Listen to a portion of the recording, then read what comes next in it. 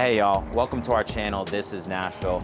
My name is Jake Gomes, and here we highlight all the best neighborhoods, amenities, and homes in Nashville, Tennessee. We're doing something a little bit different today. We are walking a potential flip. So as you may know, flipping is a cornerstone of the real estate investing community, and this potential property I think could work amazing as a flip, or you could even go a tear down given the current state of the home. So it's 1230 Bessie. So we're in Cumberland Heights, which is just west of East Nashville, sort of in between East Nashville and downtown, right by the river.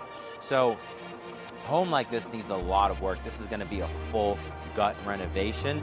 The numbers that I have ran is that on this home, the ARV is about $375. What is ARV? ARV is after repair value. So if you're to take this home, you're to fix it up and get it completely sell and rent ready, I think that it would sell for about $375. So we're going to do some quick math.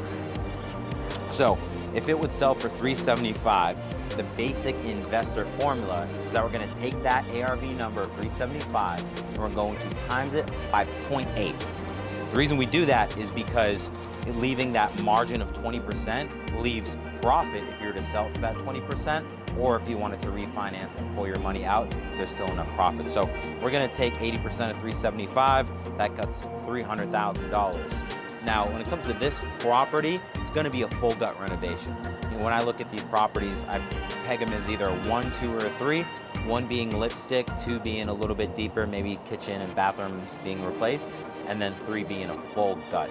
So my estimation on the rehab for this, not even looking at major mechanicals, just the outside and the full inside starting from scratch, is probably going to be $125,000. You might get away with $100,000, but I think if you're putting the work in, you just want to put that little extra in and make it amazing. So about 125, right? So back to our formula, 375, we times that by 0.8, and then we want to subtract our rehab costs. So we're going to subtract 125 from 300,000, which leaves us with 175. So this is what I think most investors would pay for a home like this. This is a basic investment formula. Some people have it at 70%, 80%, it varies, but this is a basic investor formula. So we're gonna get in here, we're gonna check it out, and then we're gonna wrap up at the end, because I wanna talk about what the tear down and build potential is like. So let's go on and get in here.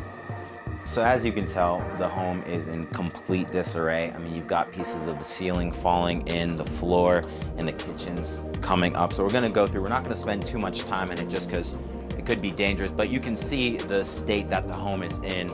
I mean, sometimes you can get away with not doing a full gut, but in a situation like this, you have no idea what's going on underneath the floorboards or behind the walls. This is the kind of thing where I think if you were to tear some things down, you would find a ton more problems. So this is just gonna be starting from scratch and just going right down to the studs, full gut renovation. This room here, we're not gonna get in there because it's dark and a little sketchy, but you can see this is a secondary bedroom right here.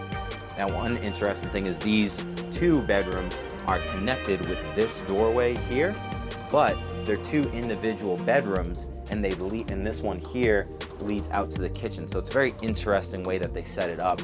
One thing that you'd want to do with this is you'd want to actually close off this wall, because you wouldn't want both of these rooms having access to each other too easily, right? I mean, you can just go through the kitchen here.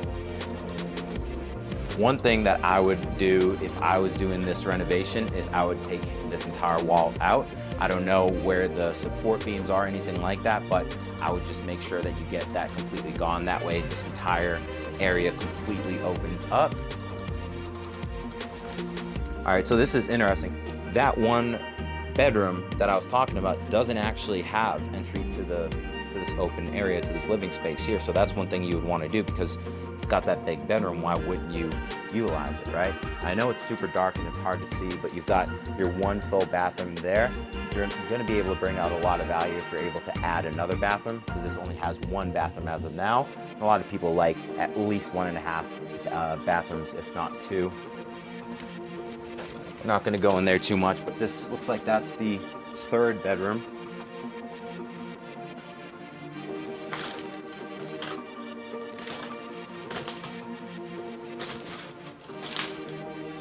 So if you check out this living area here, obviously you can see the floor coming up like this. There's probably some water damage going on. I don't know for sure, but you're gonna have to replace the entirety of the floors.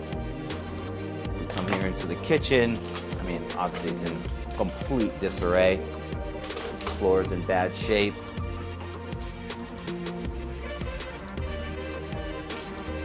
One thing I would try to do is, that being the master or the primary bedroom, I would try to add maybe a bathroom or at least a half bath close to that to bring out some potential there.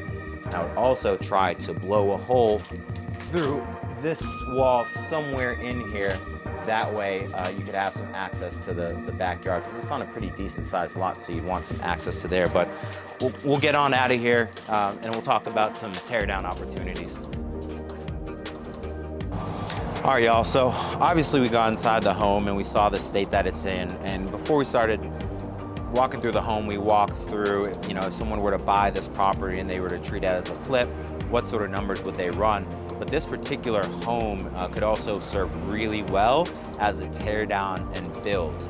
Now, this is a property that's zoned in a way where you could only do a single build. You couldn't do two tall and skinnies. They're called HPRs here in Nashville. You couldn't do that, but you could do a single build, and I think you could build something really great here. So we're gonna run some numbers based on that. When I was looking at the new builds in the neighborhood, I'm estimating that when you do a new build here, you could probably sell it for up to $775. There's a lot of really cool new builds here, so I think $775 is a pretty good price point to be. So we're gonna look at this from a builder perspective. So we're gonna take $775, we're gonna take 70% of that. That's what we're gonna do. So 775 times 0.7 equals around 550, right?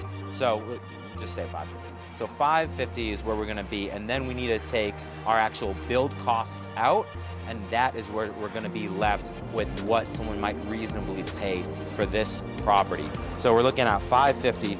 Okay, well, if we are doing $150 a square foot for build costs, which is a pretty good baseline. You can go up from there if you're going a little bit more luxury, but 150 is a pretty good baseline.